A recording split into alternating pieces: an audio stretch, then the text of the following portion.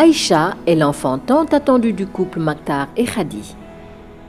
Il faut dire que le sourire sur les lèvres de ces jeunes parents est révélateur de la fin d'un calvaire et d'une longue aventure vers la vie.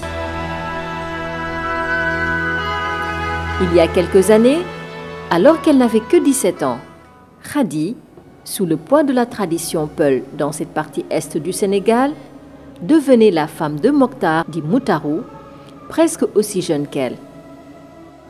Le couple innocent allait fêter l'arrivée de son premier enfant lorsqu'au bout de 4 jours de travail, non seulement le bébé de Khadi fut mort-né, mais encore la jeune femme avait contracté une double fistule, vésico-vaginale et recto-vaginale. Elle ne pouvait plus retenir ses selles et ses urines qui sortaient par son vagin, et la forte odeur qu'elle dégageait transformait la vie heureuse de ce jeune couple en un terrible cauchemar. Ce fut le désespoir dans la famille. Mais la famille est restée soudée autour de la jeune malade. Victime innocente à la fois de la pauvreté, de l'analphabétisme, de l'enclavement et du mariage précoce, Khady Sow, une fois en état de grossesse, présentait alors toutes les conditions pour la fistule obstétricale, maladie de l'accouchement difficile. La fistule vésico-vaginale ou obstétricale, comme on dit très souvent, est une communication anormale entre la vessie et le vagin qui survient en général lors des accouchements difficiles. Au centre hospitalier régional de Tambacounda, la structure de santé de référence la plus proche du village, située à plus de 70 km de sa localité, docteurs, sages-femmes, infirmiers et assistantes sociales se sont mobilisés. Au Sénégal, le Fonds des Nations Unies pour la population, UNFPA, qui a rejoint la campagne mondiale d'élimination de la fistule obstétricale dès son lancement en 2003, a organisé la prise en charge des fistules de Khady Sow en vue de leur réparation.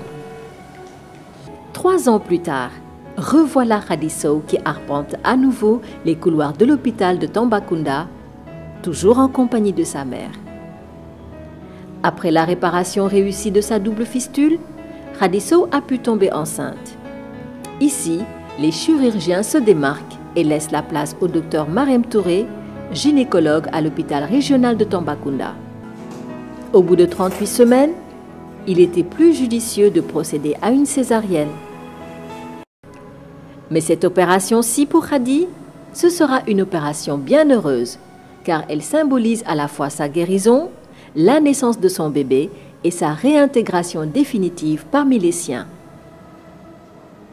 Sont-ce là les raisons qui illuminent son visage de cette belle expression de « retour à la vie » ?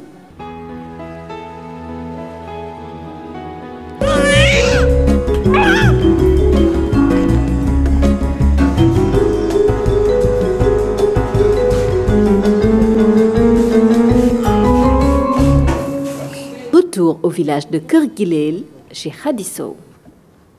Les amis et voisins viennent voir le bébé. Guédado, l'ami de Khady, aime apprendre l'enfant pour la soulever et lui chanter une berceuse. En effet, la petite Aïcha a complètement changé l'ambiance ici. Et son bébé dans les mains sûres de Guédado, Khady peut cette fois-ci poser sa tête sur l'épaule de sa mère souriante, comme pour conjurer un certain mauvais souvenir lointain. Je suis très satisfaite, car aujourd'hui ma fille Khady Sow est guérie. Elle a retrouvé sa santé et surtout, elle a pu avoir un bébé.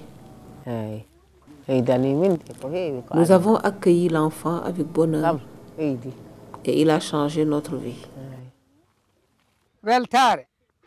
Cet enfant nous a apporté la joie et le bonheur.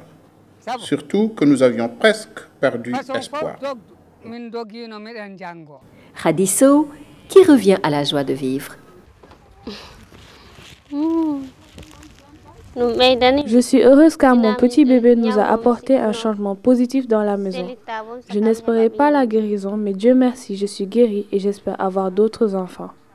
Aujourd'hui, Khady Sow est prête à faire le tour de sa communauté pour porter la bonne parole dans le cadre de la prévention pour une meilleure santé de la reproduction.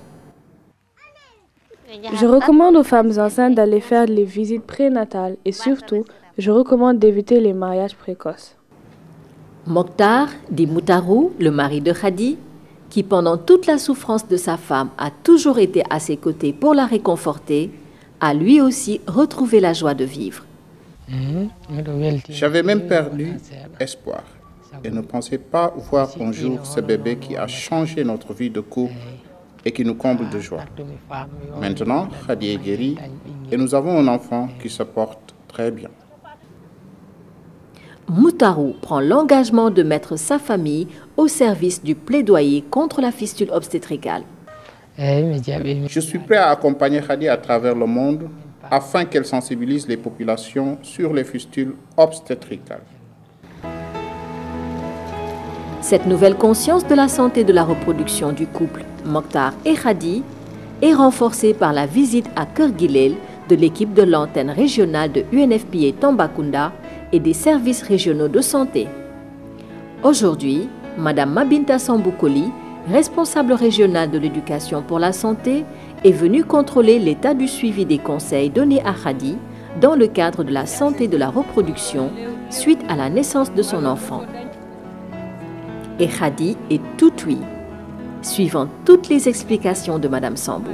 Après avoir vécu plusieurs séances d'intervention chirurgicale et après avoir accouché par césarienne, la femme doit se reposer pendant un délai minimum de 3 ans pour pouvoir prétendre avoir une autre grossesse.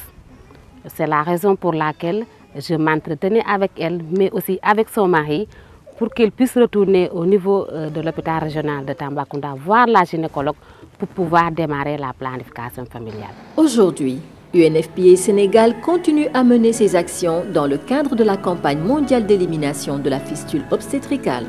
UNFPA Sénégal agit principalement sur 3 volets: la prévention, la prise en charge médicale et la réinsertion sociale. Ainsi, UNFPA travaille en étroite collaboration avec le ministère de la Santé et de la Prévention du Sénégal, l'université à travers le service d'urologie de l'hôpital général de Grand-Yoff, la clinique gynécologique obstétricale de l'hôpital Aristide Le Dantec et les ONG. UNFPA Sénégal n'a ménagé aucun effort pour appuyer le gouvernement dans le cadre de l'information et de la sensibilisation. Mais une fois la fistule survenue, UNFPA passe au cap suivant en déployant toute une stratégie de prise en charge, toujours en parfaite collaboration avec le gouvernement.